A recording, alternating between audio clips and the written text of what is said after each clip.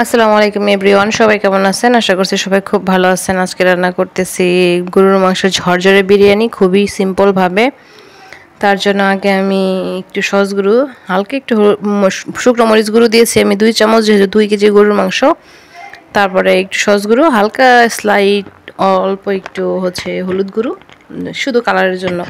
এখানে আদা বাটা, রসুন বাটা, আর এলাচি, দারচিনি, তেজপাতা, আর মানে মশলা, বিরিয়ানি মশলার প্যাকেট, আর পেঁয়াজ কুচি, আর ঘরে তৈরি আমার দুধ দিয়েছি।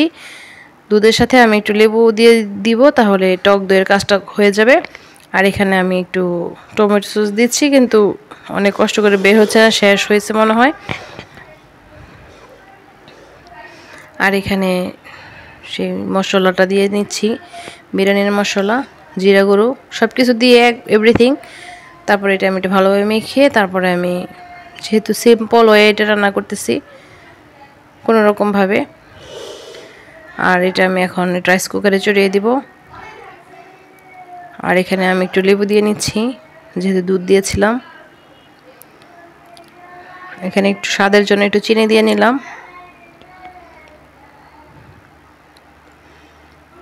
আর হাতটা ধুয়ে একটু পানি দিলাম। আর এটা এইভাবে আমি রাইস কুকারে চড়িয়ে দিব। এটা অলরেডি হয়ে গিয়েছে।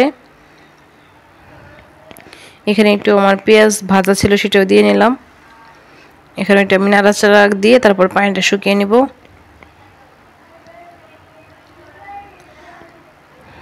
এখন আমি এটা গ্যাসে চলে দিয়েছি পানিটা ভালোভাবে শুকানোর জন্য। আর রাইস কুকারে আমি এটা সিদ্ধ করে নিয়েছি।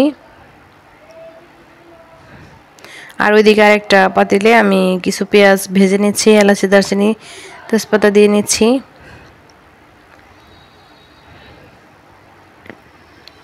এটা ভাজা হলে তারপরে আমি চাল অনুযায়ী পানি দিব।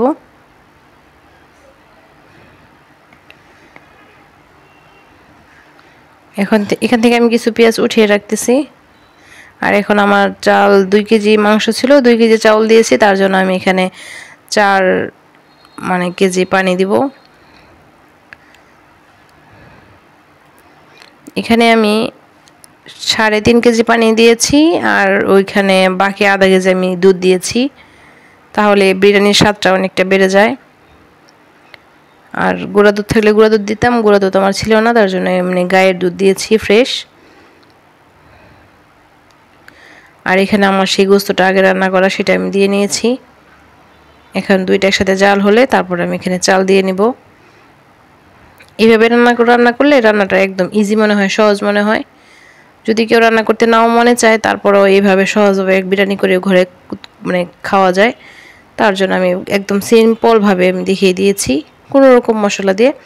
আর এখন আমি চাউলটা দিয়ে নিয়েছি, আগে থেকে ধুয়ে রেখেছিলাম। এখন চাউলটা দিয়ে তারপরে ভালোভাবে আমি এখানে একটু নাড়াচাড়া দিয়ে নিব, সবগুলো মিশিয়ে নেব একসাথে।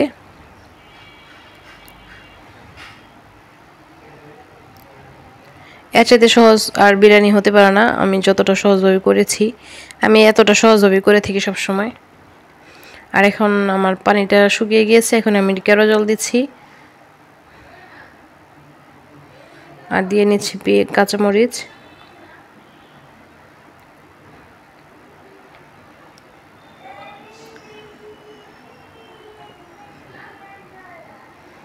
আর এখন আমি এটা দমে রেখে দিব।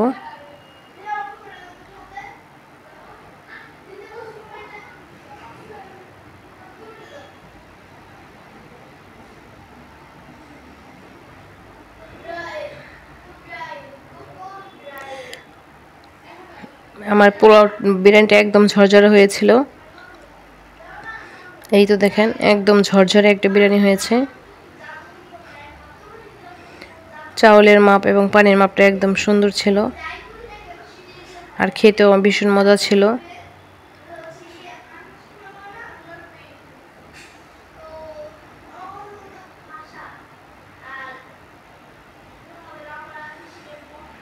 এরকম ঝরঝরা বিরিয়ানি করে খেলে অনেক ভালো লাগে, মনে হয় যে দোকান থেকে আমি কিনে খেয়েছি। এরকম দোকানের কিনা বিরিয়ানিটা এরকম ঝরঝরে হয়।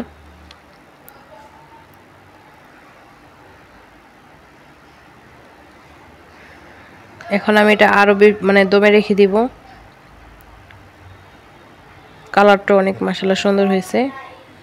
আশা করছি ভিডিওটি আপনাদের কাছে ভালো লেগেছে। ভালো লাগলে লাইক কমেন্ট শেয়ার সাবস্ক্রাইব করবেন। সবাই সাপোর্ট করে পাশে থাকবেন, আমরাও পাশে থাকবো ইনশাল্লাহ। আর এখানে বিদায় নিয়ে নিব। সবাই ভালো থাকবেন, সুস্থ থাকবেন, আমাদের জন্য দোয়া করবেন। আসসালামু আলাইকুম ওয়া রাহমাতুল্লাহি ওয়া বারাকাতুহু। Take care everybody. আল্লাহ হাফেজ।